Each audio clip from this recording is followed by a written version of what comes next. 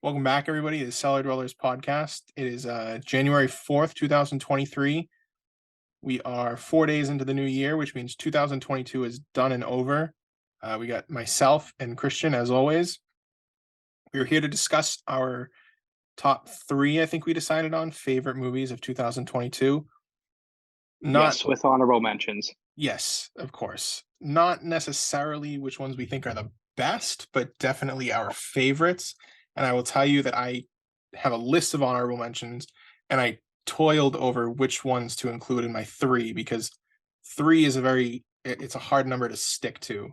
And Christian and I have not discussed these lists with each other. No, So they are fresh right off the meat. yeah, we have a suspicion that a couple of them might be the same, but we'll Yes, figure there's out. definitely most definitely. But first, like, what did you think of 2022 as a movie year?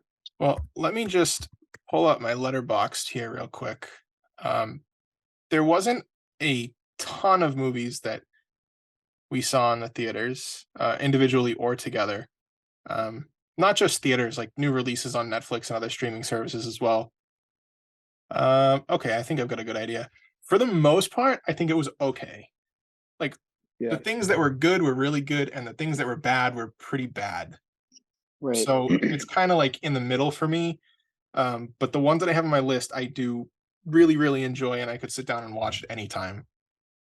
Yeah, I kind of feel that like there wasn't many movies that were, slated to be released that I was like, well, I cannot wait to see this movie. Like usually I'd say there's at least like two every year. I mean, one of them on my list I guess you could say I was really looking forward to seeing it, but I don't know, I just feel like in some years past there's, at least like I said, like a handful of movies that I'm really interested and excited to see. But a lot of these honestly they came out and you either like, hey, want to go see this movie? It came out, I'm like, oh yeah, that's right. Or like I saw it on social media or whatever, I'm like, oh yeah, that's right, that movie's coming out. So it I don't know if underwhelming is the right word, but I do kind of agree, like, the ones on my list, like, I loved, and then, the ones that I have my honorable mentions, were really good and I did enjoy, but there was a lot of shit that I did sit through as well. So, I don't know. Yeah. Interesting year, I guess. And then also interesting too to see, um, if any of these films that I saw, on our list, will be any Oscar nominations. I hope so.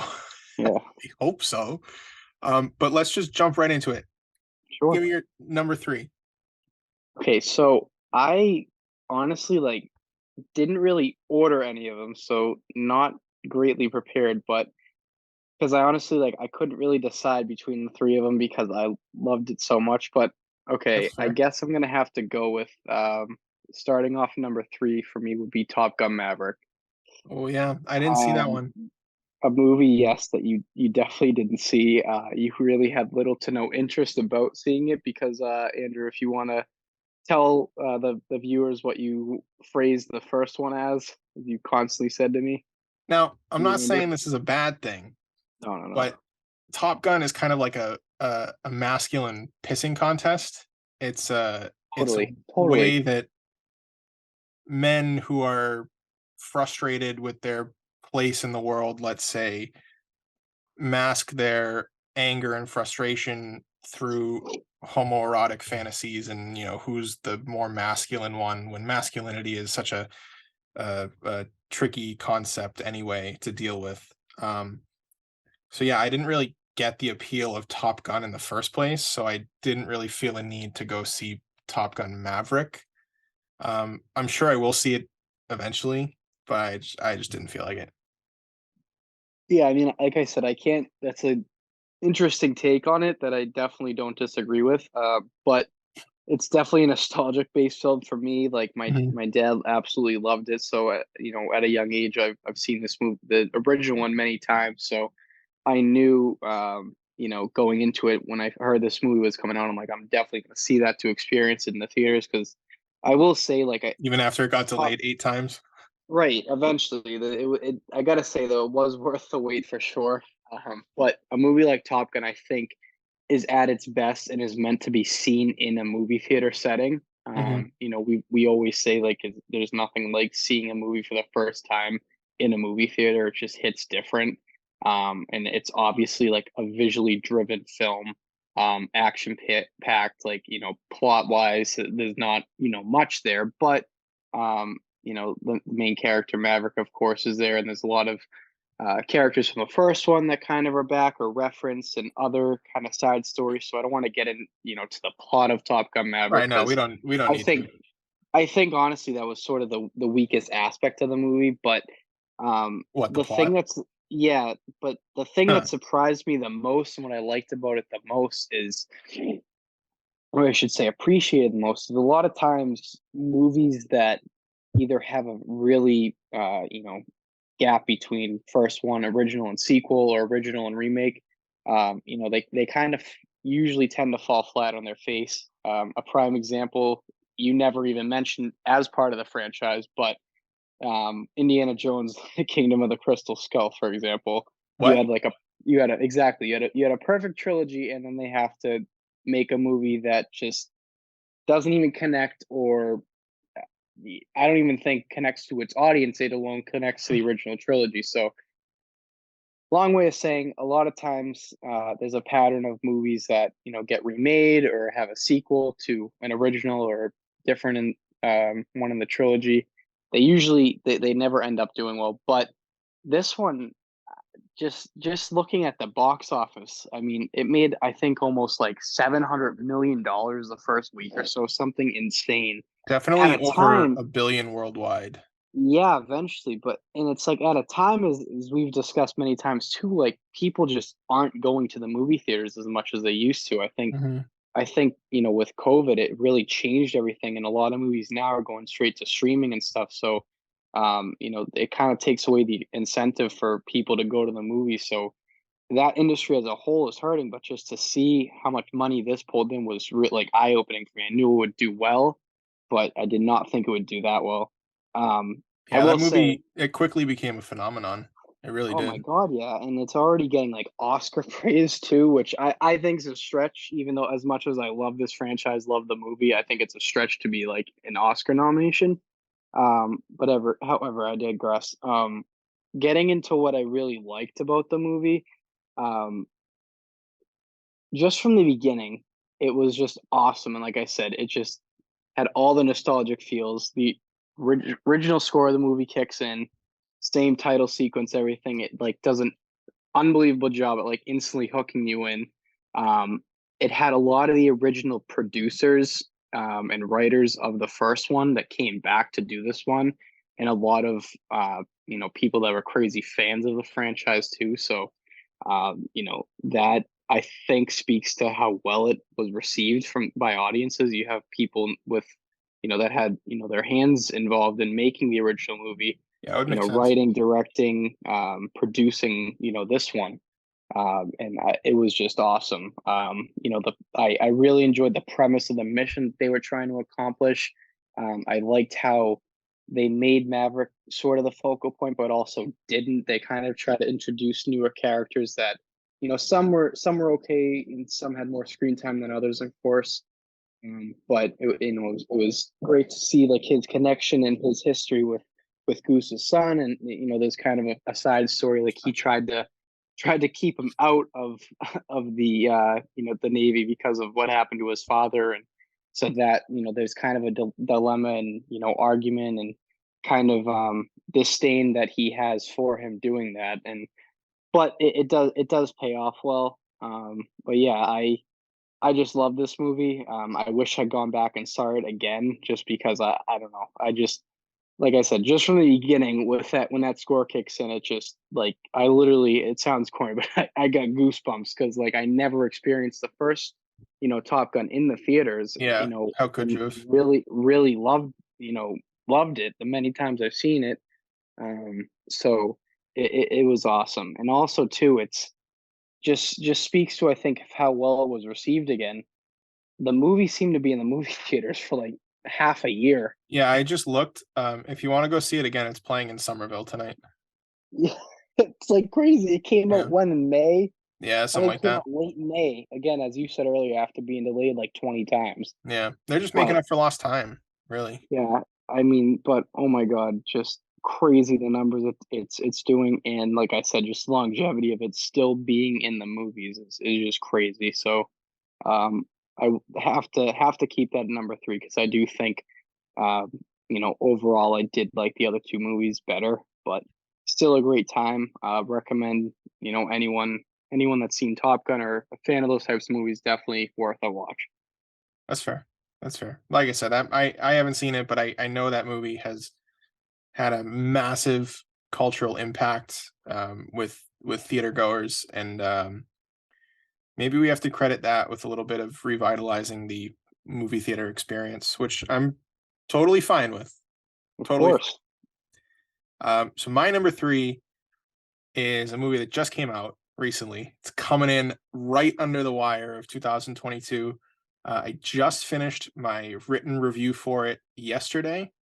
Avatar 2: The Way of Water. Wow, I'm shocked. I've seen this movie twice in 3 days because it was that good. Glass Onion. God, this movie was so good. Like, I remember when Knives Out. First of all, have you seen Glass Onion yet? I have not. Have you seen Knives Out? I have seen Knives Out, but I have not Okay. seen Glass Onion. Okay. So I'm not going to go through any plot spoilers or anything, but when Knives Out came out in the movie theaters in 2019, I remember not having much interest in it. And I went to go see it on a whim. It was like 30 minutes before the last showtime of the night, and I went and I walked out, absolutely loved it. Like, Knives Out is incredible. So Glass Onion comes out on Netflix, which, first of all, I think, like, great for Netflix. They're making money with subscribers and everything, but they need to release these movies in the theaters for more than a week at a time. Yeah, When the totally. third one comes out, because it's I'm not gonna compare it directly to Top Gun Maverick, but it's the kind of movie that people just want to go see. They want to love this movie, so they will pay money to go see it, and they will spend their time to go see it. But Netflix is so concerned with, you know, creating their streaming empire, which is falling apart in front of them, and they're Yes. still trying to, like, scrounge together and salvage it. Um, but at the same time, they're also trying to establish themselves as a legitimate production company with Right. trying to get their films in award season and, you know, high recognition. But, like, the whole thing with say the Oscars, for example, I remember when Roma was being nominated, the whole thing was like, well, do we really want a movie from a streaming service being nominated if it didn't have a theatrical run, if it couldn't have box office numbers, if there was no way to really garner how well the movie did with the public audiences? Right. So if Netflix wants to establish themselves, put it in the theaters. Right. But anyway, the movie structurally, when it comes down to the plot, is very similar to Knives Out. There's a murder, and Daniel Craig's Benoit Blanc has to figure out who committed the murder, right? A classic whodunit. Yeah. Exactly, like Clue, Murder on the Orient Express, Sherlock Holmes, any Agatha Christie, all that kind of stuff. Yep. It's the exact same structurally. Narratively, the plot is a weird, like, paradoxical relationship of very simple but very complex. And I know that's hard to understand, but when you watch the movie, you'll get it. You'll know what I mean when I say that the plot Right. is like two sides of the same coin. Um, the cast is a little bit smaller than Knives Out. I think that serves it well because every character, there are nine on the island, on the secluded island. Well, 10 technically, but nine that really matter. And each character has their moment to shine. Each one is able to feel unique. Each one is able to connect with the audience, to explain to the audience why they're here, what purpose they serve, how they fit into their own lives, but also the lives of everyone else on the island. And that's the script, right? The script writing is just so good. Right? Ryan Johnson's writing. It's incredible that you can just sit down and, like, come up with a story this complex with all these different um, twists and turns and interweaving personalities and narratives. It's incredible. Obviously, the cinematography is fantastic. Every shot is a work of art, but that's not a surprise when it comes to a sequel to Knives Out. The one thing I really, really didn't like is that when the movie starts, it's immediately apparent when Catherine Hahn's character gets a delivery to her house from a UPS guy, and the guy's wearing a mask, and then she goes up and she's like, "Oh, sorry, sorry, sorry." I get it. COVID happened. We lived through it. I don't need to be reminded of it in the movie. Like, I just don't. I don't think anyone wants to be reminded of that. I just Hey, don't remember need when to we wore be. masks? And, like, You I know, get like, I understand the movie was written during the 2020 lockdowns, and it's, like, I guess, an attempt to be socially contemporary, but there's a point probably 15, 20 minutes into the movie where they get sprayed with some, like, mist, medicinal mist, and they're like, "Yeah, yeah, you don't need your masks anymore, you're good," and then they go to the island, so it literally meant nothing in the long run to right. include the pandemic protocols and everything. Like, it lent itself to some funny jokes like, "Oh, look at Birdie J, she's throwing a party when she shouldn't be," but you don't need it.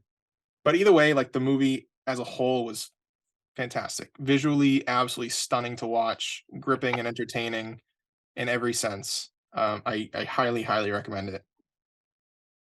Yeah, going back to what you said about, how it was only a Netflix release, I thought about that a lot too.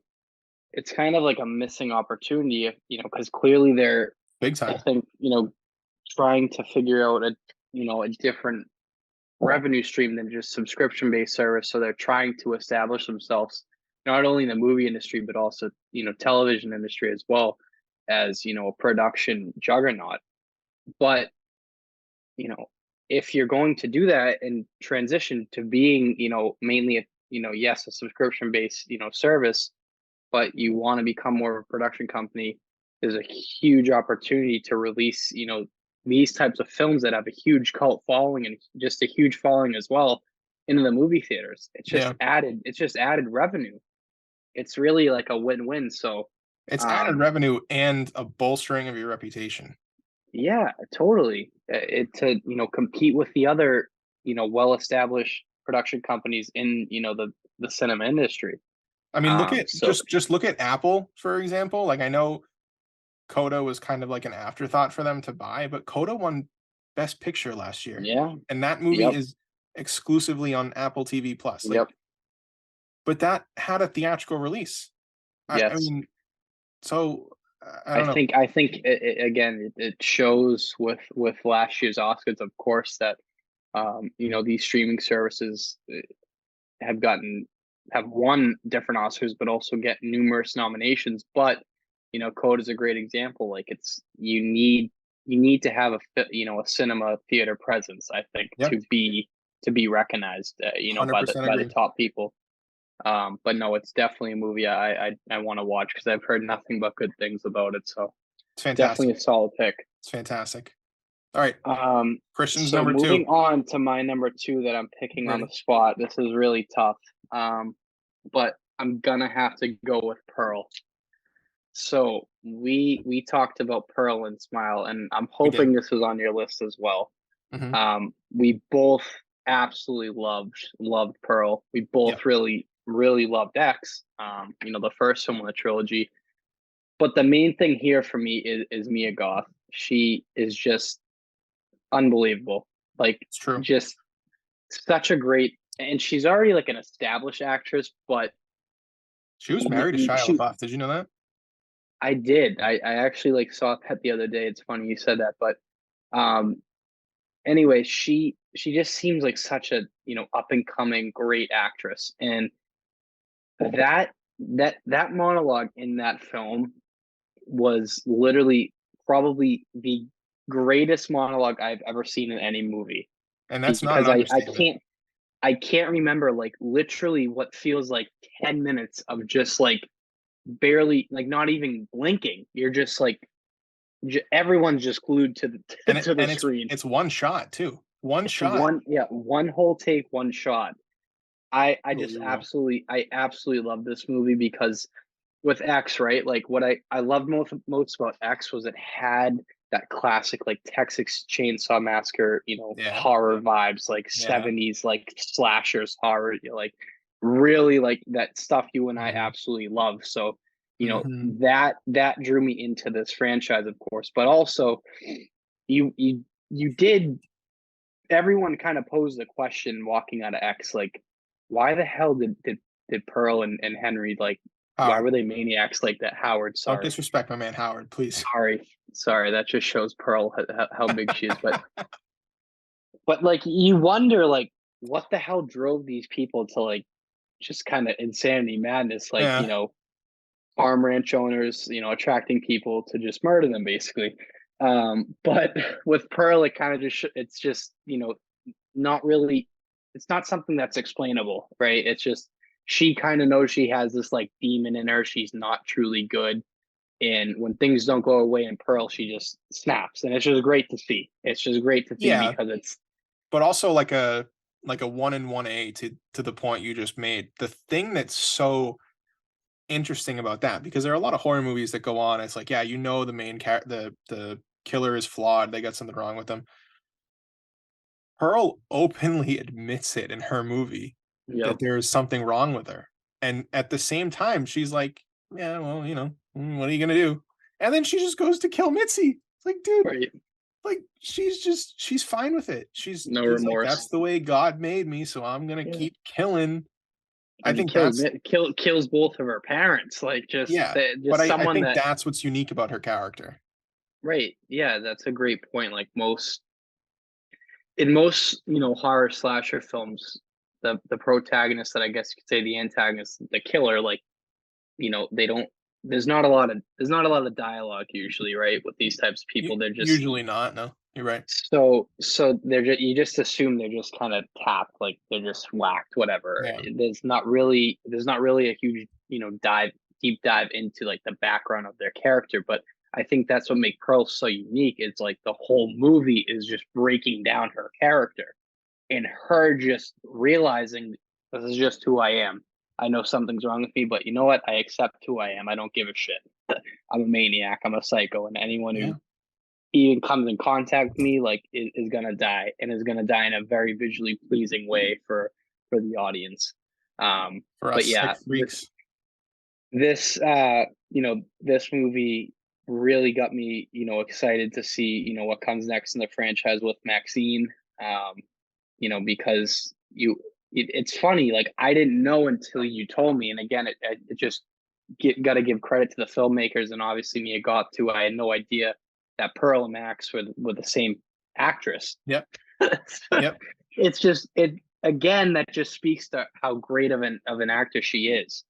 Portraying two different characters, but you do kind of feel they have some kind of connection and tie-in, and I'm sure we're going to see that with Maxine. God, I Um, can't wait for that movie.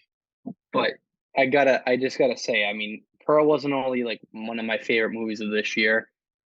It's X and Pearl are like one of my favorite like horror movies. I think Yeah, up to date. I yeah. mean, that seriously that good. Yeah. When you're creeping up on the list with Mikey and Halloween, you're doing something right. Oh, I 100% agree, and you know what? This is the perfect segue because my number 2 is X, and Wow. surprisingly not Pearl. And I will Again, crazy because they came out the same freaking year. That's and something we 5 talked months about apart, before. 5 months apart. That is insane, that never happens. But I have some very specific reasons as to why, me personally, I liked X more than Pearl. Now, I just wanna throw it out there, I love both of these movies, like, I 100% agree with you, Christian, like, they're creeping up the ranks of, like, some of the best horror movies we've seen in years. X, I think, is much more of a fundamental slasher, which, as you may or may not know, is right up my alley. Like, Oh give me yeah, those dudes in totally. masks, give me the chopped up limbs and everything, the blood Right. baths, everything. Oh yeah. The thing that surprised me about X, and it's sad to say that this is what surprised me about the movie, is that it is so foundationally basic. Like when Yes. you think about the things that make the classic slashers the classics, Yep. you have the unfamiliar place, you have the doomsayer, you have the terror in the killers that feels real. Like it feels there's no mystical things going on behind it. There's no like magic or demons. It's just two people in the woods feeding people to their alligator. Like I don't want to Really, sound like the old bag here, but like that is so legitimate. It could happen to you. I don't want to be that guy, but it could happen, right? yeah. Just the sense of realism is what makes those movies so great. Right. And I mean, this is before, you get Jason Voorhees getting resurrected by a telekinetic girl or Michael Right. Myers being part of a druid cult. Like before that, when they're just dudes, right? Yes, there's yep. Nightmare on Elm Street might be a little bit of an exception, but that's Wes Craven, so we let that slide. The other thing about X that I liked more than Pearl, and it's not a knock on Pearl because Pearl was made solely to give a foundation to the character of Pearl. So there was a lot more Right. narrative that needed to be in that one. In X, this movie, like every slasher should, knows that it needs a good story, it needs good characters, but at some point, you just need to let the slasher be a slasher, right? Yep. You need to see the bodies pile up. You need to see the blood and gore, not necessarily blood and gore, but you need to see the aftermath of those bodies piling up, and you need to feel a sense of tension for your final girl of, well, she might survive, but she might not because Right. Pearl and Howard are kind of nuts. Yep. And at the end of the day, once you get into that third act of X, that's a slasher through and through, baby. Oh yeah. There's no other way I can Totally. put it. I mean, like, Yep. just from the moment that that guy, I forget his name, is in front of the truck with Pearl and she takes the screwdriver and just goes, oh, dude, my eyes lit up like a Christmas tree. Oh yeah. While the Blue Oyster Cult Fear the Reaper's playing. Great Yeah. little touch there And that that's we've the other talked thing. about. It connects to the Halloween, which is the slasher of all slashers. I mean, Yep. I can't explain how good of a movie X is, if only for the fact that it understands the fundamentals of horror and specifically slashers. The reason that that surprised me when we saw the movie is because, like there are so many horror movies that you and I go see that either don't understand those fundamentals or understand the fundamentals too much and try and parody them and say, I get it, but watch what I can do. It's like, no, no, no, no, no, no, no. They're the foundation for a reason. Right. Stick Yes. to it. And a lot of movies don't do that. And that's kind of Right. what irritates me.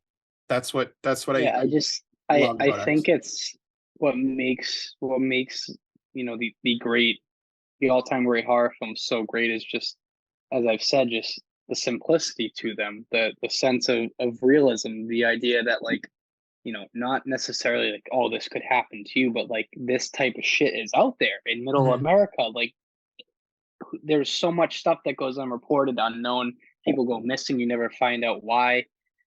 This type of stuff is real and happens. And again, it's not like demons and ghosts and exorcisms and stuff like Which that. are That fine in their again, own right. right, Don't get me of wrong. course. But you go into those with an understanding like, okay, this isn't necessarily real, or it's like when it says based on a true story, it's not really based on a true story at all.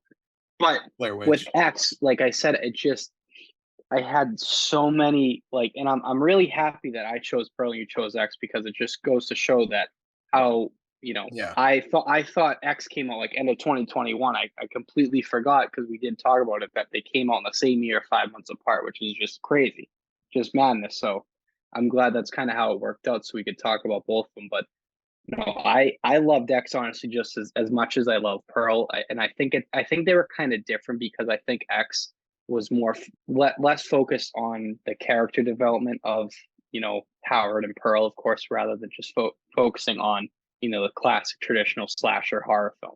Yeah. And I just think you know the filmmakers of X definitely did their homework and saw what make, Halloween, Friday the 13th, and especially I think my biggest connection and biggest inspiration, garnered from it was Texas Chainsaw Massacre, which again Oh is yeah, also just a simple 100%. plot in and of itself, like a simple plot. Yes, it's a little stretch with the idea of the cannibal family and whatnot, but it's still just a maniac with Eventually, a chainsaw that, you know, people go on his friggin' property and just fucks them up.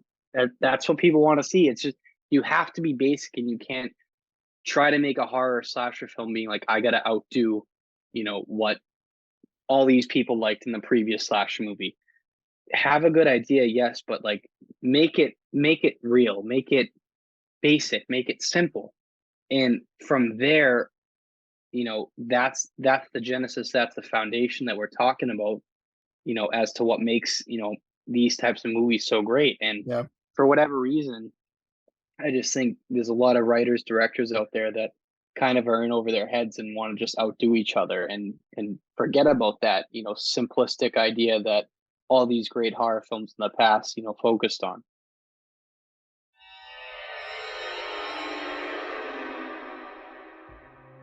Want a break from the ads? Subscribe to Cellar Dwellers Productions on YouTube.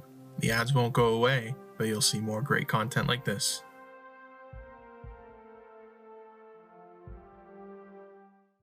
I think X and Pearl, no matter which one you like more, which no matter which one you think is better, I think you're right. I think they're climbing up their ranks in terms of some of the all-time great horror movies, definitely modern classics. I cannot wait for Maxine to come out. Although I'm Yep. not sure, is it this year? Sometime this year? I would hope so. If they cranked out two movies within 5 months, I mean, I'm hoping it's coming out sooner than later. Maybe late this year. Well, I think it's 2023. we'll see. All right, so I think what we should do now is I have one, two, three, four, five, six, seven honorable mentions. Wow. Um, some more than others, but we don't have to get into those because if they made the honorable mention list, they're honorable mentions. Yep. Um, but do you want to throw out a couple of yours first? Yeah, I literally only had a few. The first one um was Black Panther Wakanda Forever. Really? We haven't really talked much about this, We have but not. yeah, I really did enjoy it. On its own, like I don't think it was nothing special, but the reason I liked it a lot is because the previous Marvel films that came out before it were very, very underwhelming. And I was, looking Say the forward least. to Black Panther. And I think again, there was definitely, I think, some pacing issues, dragged at times. I didn't love the idea of the villain they went with, but I appreciated how they, picked up the pieces of, the unfortunate passing of Chadwick Boseman and, seeing how they were going to progress that, storyline. Hmm. And like I said, I think it was a very well done movie. And, as I said, I just think it stood out to me because I think it was much more superior to, the Marvel films that had come out before.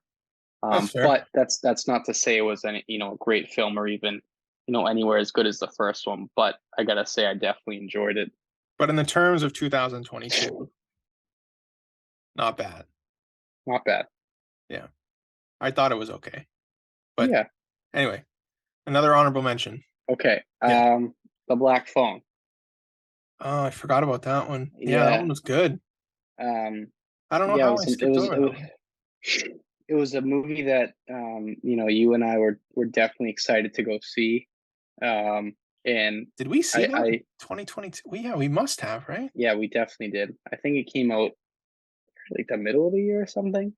Because Um, Letterboxd has it listed 2021, but that's probably because it's like a film festival release. It counts that sometimes. I think maybe it was 21. I thought it was this year. Well, either way, it's a fantastic I feel movie. like So I feel like we've seen it last year, just now, yeah, 2022. probably But did. no, I really enjoyed it. The premise of it. Ethan Hawke, surprisingly, I didn't know, but can play an excellent creep. That's Yeah, for dude, damn he really sure. can. And I did, I thought it was a bit like corny and cheesy, kind of the setup and like those previous kids that had died, helping him out. But again, I appreciate, as I always say, any film that tries to be unique and different and new and creative, and doesn't, isn't just a complete copycat, or at least trying to be a copycat and just falls flat in its face. So again, another movie I definitely enjoyed. Yeah. Quick cut in here. We saw it on June 25th, 2022. That's yeah. See, Crazy. I knew it came That's out this yeah. year, last year. Keep saying it this year. Letterbox has got some things to sort out. You got any other Um, ones? Honorable mentions? I don't, but get back to me and I'll think of a couple more. Let's hear Okay. some of yours. Oh, it's kind of gonna narrow down what our number one is, huh? Especially if I'm giving you seven. Well, you don't maybe not give me seven, but you can maybe just maybe mention like the bottom tier of the honorable mentions and talk about some of your top ones. Okay, so if I had to order them really quick, uh, Pinocchio, Guillermo del Toro's Pinocchio, Yeah, not because Disney Plus there Pinocchio. was like fucking three that came out this year. Yes, But yeah, Guillermo del Toro's. I want to see that one because I like him a lot as a director, and I heard it's a Fantastic, fully stop motion film. visually stunning, with a stacked voice acting cast that I did not know was in it. Yep, I was disappointed in myself. I should have recognized Ron Perlman's voice, but I did not. it's okay. The new Hellraiser on Hulu, I gotta watch that. really gory, absolutely disgusting. I think my mother Yep. lasted about 10 minutes. It was awesome. Let me ask you something. Yes. Were there new Cenobites in it?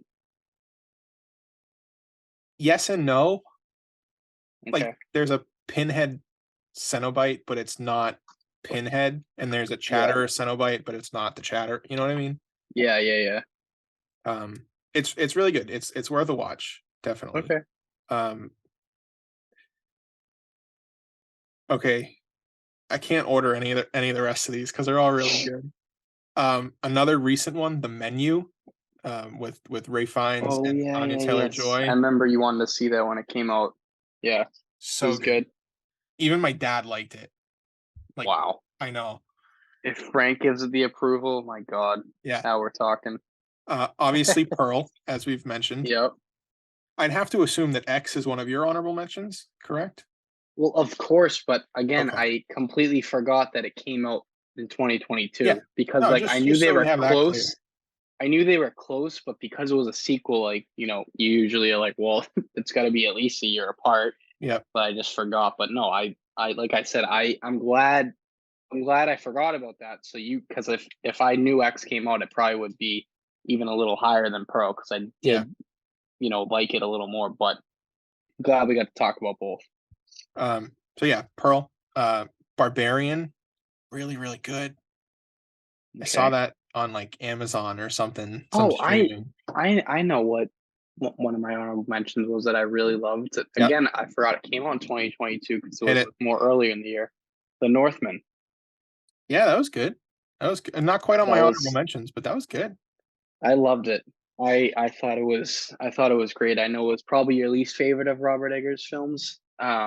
Yeah. But the guy that I always mention, Jeremy Johns, does movie reviews on YouTube. He made a good point in saying that I think out of all Robert Eggers' films, the one for I guess the casual film viewer to just watch and kind of appreciate or understand would definitely be The Northman Oh because yeah. it's Yeah. nowhere as complex or like have has really specific references to like Greek mythology or with different stuff in The Witch. It's kind of confusing. I think it's definitely his most kind of basic Yeah, it's a sit down and general watch. film, but I thought it was absolutely incredible visually, narratively, just the cinematography and the shots and the Viking mythology and all that was just awesome. Yeah. But again, I forgot it even came out this year, but I'm glad I remembered that. But I love that. Also, I highly doubt it's on your honorable mentions, but for all its stupidity, I did really enjoy Violent Night. didn't love it, but I did enjoy it. I know you It was weren't. fun. You were definitely disappointed. I just love David Harbour. I think he's awesome to me. So again, if you went into that thinking, "Wow, this is going to be a great character," fun-driven No, film, no, no, that's not what have I a thought. great plot, That's not what I and thought. I get what you told me about it, which is 100% accurate. That it's really like less of a slasher and more of like they want you to like give a shit about that The family and family, yeah. his connection to the girl and whatnot. It's everyone went there to see Santa just freaking beat the shit and kill some mercenaries, right? Like Yeah. let's be honest, that's what Yeah. and it did deliver at some points, but I wish it focused more on that. But I gotta say, it was a good film that came out at Christmas time, so always good to see Christmas movies around Yeah. that time that I mean, I'm have glad a I saw twist. it. I'm glad I saw it once. Probably never have to watch it again. It's fine. One and done. Yeah. Um, the next honorable mention I have is one that I also saw twice. The Unbearable Weight of Massive Talent, because you know that I'm a big Nicolas Cage guy. Um, That's right, Andrew. You are. yeah, I am. I am. That was Uh, that was my Nicolas Cage impression. okay. Um, Fun fact I gotta say, because I yeah, always think of you when this guy calls in, but as you know, most people probably have no idea about this podcast, but this podcast I listen to the Kirk Minahan show. He has a bunch of like random callers, like yeah. people just pretending to be different people. This one guy calls it, it's Nicolas Cage. It's fucking so funny. I gotta try to save some of them for you because he'll always like reference like a random Nicolas Cage movie, and then Yeah. like Kirk Minahan's a huge golf fan, so he'll be like, "I starred in this film in 1994. Which golfer won the Masters?" Like, it's really funny, and he does a great impression. But Yeah. sorry, I know continue. I know Nicolas Cage gets a lot of crap lately for being like the B movie guy. Not B movie, but B movie. Um and like yeah, he's in a lot of B movies, but the ones that he's in that are good are really good. Um the last honorable mention I have is a movie we saw pretty early in the year. It absolutely blew me away of how just emotionally overwhelming it was. And actually the only other movie that I felt that way afterwards was a Nicolas Cage movie called Mandy. Um, but I remember going to see Everything Everywhere All at Once with you in the theaters, Yes, and that that should have been on movie, my honorable mention list yeah, too. tack that on there. Yep. That movie was just by and large, uh, probably one of, if not the best movie of the year. Like it was just everything about it Yep. was incredible. And I honestly I don't feel like it needs any further explanation than that. Not Just at all. sit down and watch it because it's That would just be that'd be my best picture and vote for sure God. from all the movies Watch it I've with your seen. mother. Like just watch it with your mother and you'll get it. Again, as I think we've talked about and what I said, I absolutely loved that movie because it was something, just the premise of it, that I've never seen before. And so like those types of movies that are just new, unique, creative, I'm all in. And it definitely paid off and was again one of those films that you could not, take your eyes off screen. And so, something, I know that's like a, really simple statement to say, but whenever a film does that with me, I'm just definitely something that a movie I'm always going to remember and praise. So Yep. definitely love that film too. Please go watch it.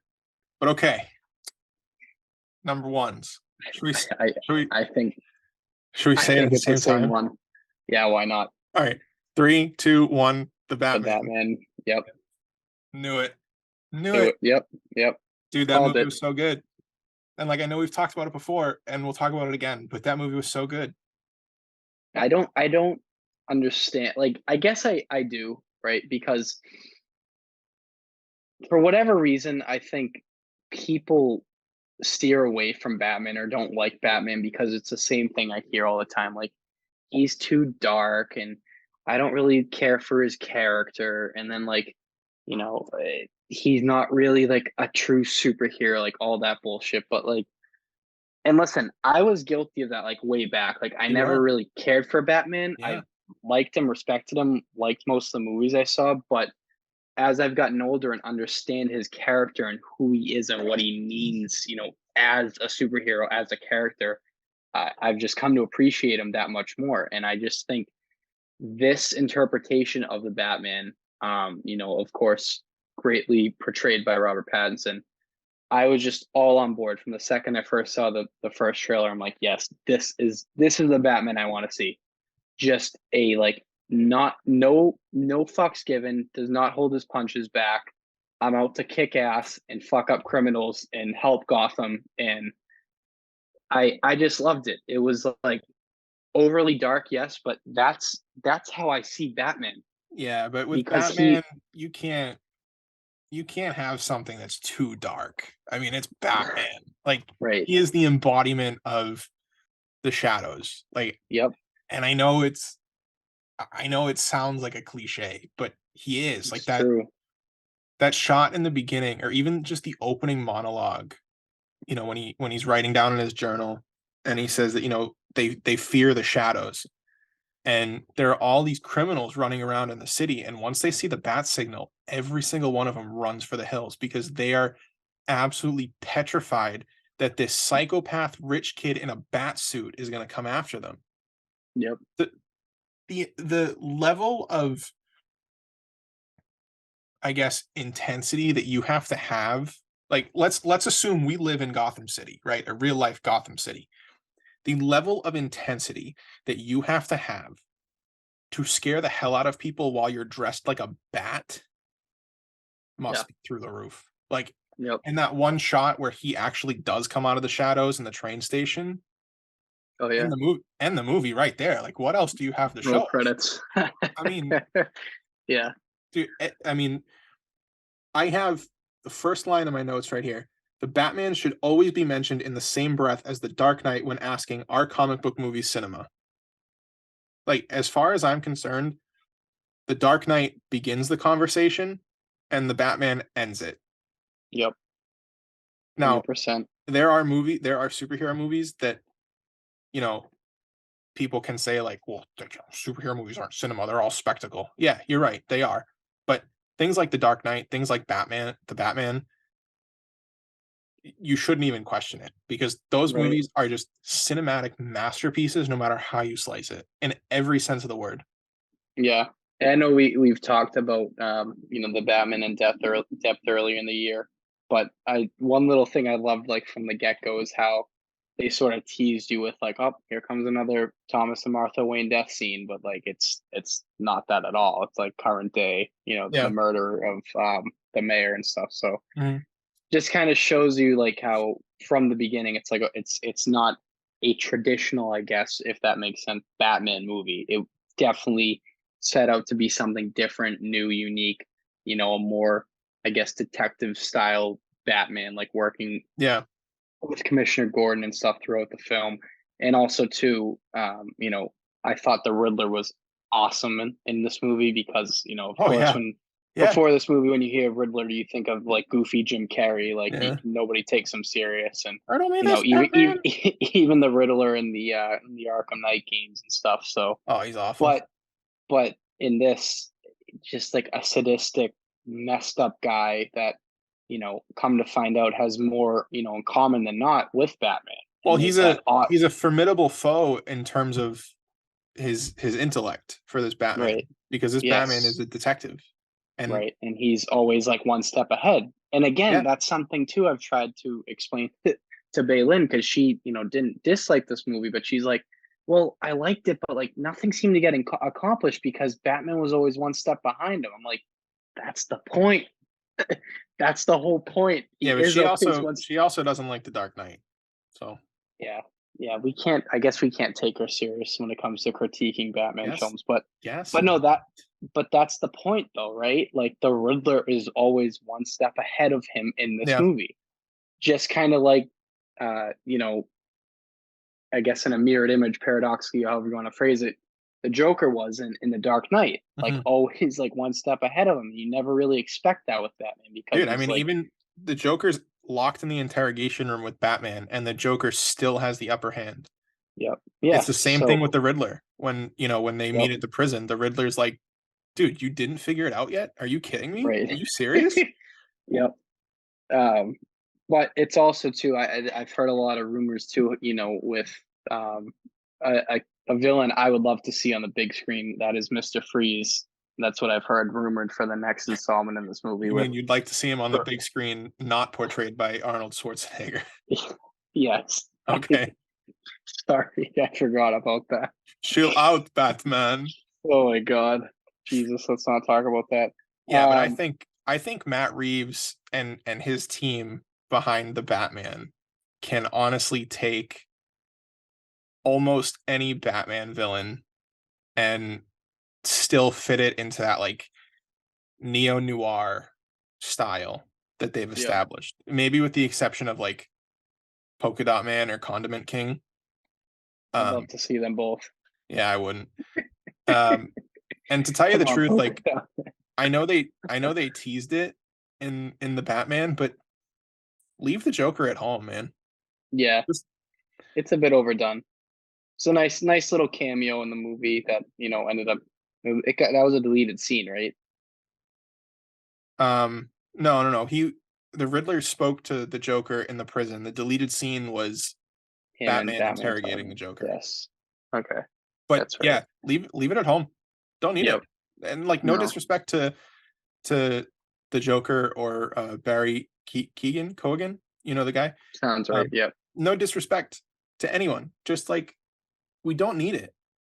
Yeah. I would be fine if we never get another live action Joker after Heath Ledger. And I know we have Joaquin Phoenix, but like we just don't need another one. There's so many Yeah. other fantastic villains that I And would even not love even to Joaquin see. Phoenix because that movie I think was really solid, but Jared Leto I think was a letdown for me at least. Oh yeah, I forgot about him. Exactly. So I forgot about and you him. really can't even like count I guess Joaquin Phoenix because he wasn't even like a villain or an antagonist to Batman because he had it was his own film Yeah. and had a lot of that was a very I think well done movie, but I agree. I would like to see some new blood in, whatever way they take this franchise. I just know it's kind of like obvious where they're trying to take it with Gotham Flooded and stuff. And I know there's different comic literations that I'm sure you've read or familiar with where something like this happens and, Mr. Freeze like takes over. And I've seen some like fan edits of like frozen Gotham and shit, and it looks pretty cool. So I would definitely not be opposed to that. Yeah. But The other thing is that I don't really want more than one villain, you know? yeah, It's kind of really cool seeing and like I know the Penguin was in the Batman, but he was sort of like he was really a side character and he wasn't really yeah, like a villain in that one. yep, But I don't want to see like, in the which one was the Batman with George Clooney? I don't remember. Whichever one that was, or maybe it wasn't even George Clooney. No, it definitely was. They had Bane, Poison Ivy, and Mr. Freeze. Why? Like I get it. Like you have Batman and Robin, but in this one you just have the Batman. Just give me one yep, villain. I don't want like a new Mr. Freeze. Um I don't want a new Harley Quinn. I don't want, all them together. Or maybe even like right. give me Killer Croc. Or it'd be really cool actually? Clayface. I've never even heard of him. Really? So that would be cool. I had a really cool Lego set of him somewhere, but I don't know where it went. Um What about Two Face Harvey Dent? it'd be fine, but then again, like we had Tommy Lee Jones, we had Aaron Eckhart. Yeah, I thought Aaron that's Eckhart true. was good Two Face. But I He just was like awesome. I thought. I want someone that I want a villain that deserves the spotlight. Like The Mr. thing Freeze would be a too, good one. I would be fine yeah, with Clayface, Killer Croc, Hush. I think Hush would I be think they awesome. could. I think they could do something like they did, with this movie, like have a main villain and then kind of have like a side background villain that's, I guess, not really as big as a threat or a threat at all. Um, I Yeah. think that kind of works out because when you think of it too, right? Like you know, Aaron Eckhart playing Two Face in the Dark Knight, like he rightfully so, like takes him. huge backseat to Heath Ledger's, Joker performance, but Yeah. he was awesome in, in of himself in in Dark Knight. So it's kind of it's that's something that doesn't really get talked about a lot, like that performance and how I guess crucial of a character he was in the Dark Knight, and how the Dark Knight went from that to the Dark Knight Rises, and kind of Batman, literally being on the run because of him. So I think if you do it right, you can make it work with like at least two villains. But I agree, like if you try to do too much, it's almost the age old thing of less is more. So Yeah. I agree. But I think in the style of the Batman, what they're really trying to accomplish here is to show Batman and how he deals with his adversaries one on one. And I know that's hard to say after Sure. only one movie, but I mean the crux of the Batman was Batman's struggles with the Riddler and just the one on one struggle of how do you overcome um how do you overcome your bad guy, and how do you accomplish your goals when there's one single person standing in your way, but that one person is by all intents and purposes your equal. How do you do that? Right. Right. I would like to see in the sequel that they don't lose that detective foundation, because that's Batman. I mean, and that's Right. never really been done before, like you mentioned. Right. But I also wouldn't be upset if there was some sort of physical struggle with the villain, more so than just throwing goons at Batman. Like, it was cool to see him fight all the fake Riddlers, but imagine, if he's going up against Mr. Freeze and Mr. Freeze has an exosuit that gives him enhanced strength. Batman absolutely gets rocked or has to come back with his own or something, to implement that intellectual ability towards like new gadgets to put on his utility belt or something. No, I Because will break your back. yeah, not quite like that. Um, but like even in this, I mean, there were so many little gadgets that showed that Batman is clearly in tune with creating the tools that he needs for his job. Like even when you look at the Batmobile, which is a Yep. gorgeous looking muscle car, it's just a shop car that Batman made in Oh his yeah. basement. Souped up. Yeah. So I mean, I think that the team behind the Batman just really had a phenomenal understanding of the character, and Totally. regardless of what the future slate of DC films looks like in the coming years, I pray to any god that exists that they leave Matt Reeves and Robert Pattinson alone. I wholeheartedly agree with you. You got you read that universe really has one good thing going for them, and that is the Batman franchise. So you Yeah. do not want to fuck that up. And after one movie of us, just one movie, and everyone and their mother is saying that, just leave, don't touch those movies, leave them alone. Let it be. That's Just let it crazy. be. After one movie, to have that many people Please. rally behind a DC Comics film, that's Warner insane. Brother Warner Brothers, we know you like to get your dirty hands on everything. Just let it be, please, Yeah. for Don't God's connect sake. don't connect universes, don't cancel the Nope. films, just Nope. Oh, keep you're feeding. already you're like this is like the last thing I'm gonna say, but you're never catching up to MCU. No, So like never. just focus on making like solid, good solo universe films with these characters that you have at Yes. your disposal. Yep. That's it. It Done. like the Dog and Pony show with fucking Henry Cavill. Sad that they're not gonna pursue it anymore with I'm him. not But over it yet. it's a definitely a travesty. But just like okay, go on, develop, make a new Superman movie, and just that's it. Don't connect it to anything else. Don't try to replicate anything that Zack Snyder did. Just try to be your own thing, because that is what you got going for you now. You're not going to catch up. You're not going to be compared to the MCU. So just stop trying. Yep.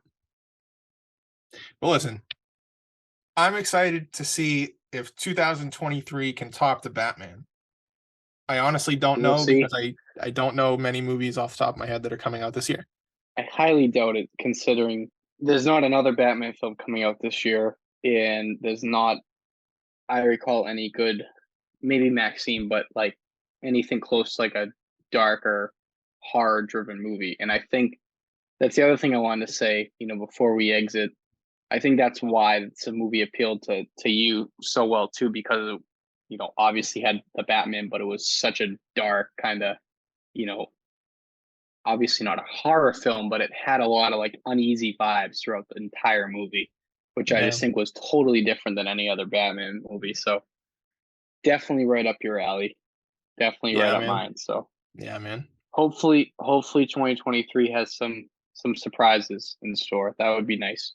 Those were our 2022 That's a movies. wrap. Yeah. Let us know what you think of 2022. Maybe mention some of your favorite movies, ones that we might have missed, ones that we should check out, ones that we should reconsider. Anyway, tell your dog, grandma, local hitman, Mailman, Aiden, milk carrier, everyone. you're This the has guy been a that Cellar walks Dwellers your cats. production. Yes, it has. It has. But yeah, thanks for tuning in, sticking with us for another year, and we'll see you in the next one. Peace.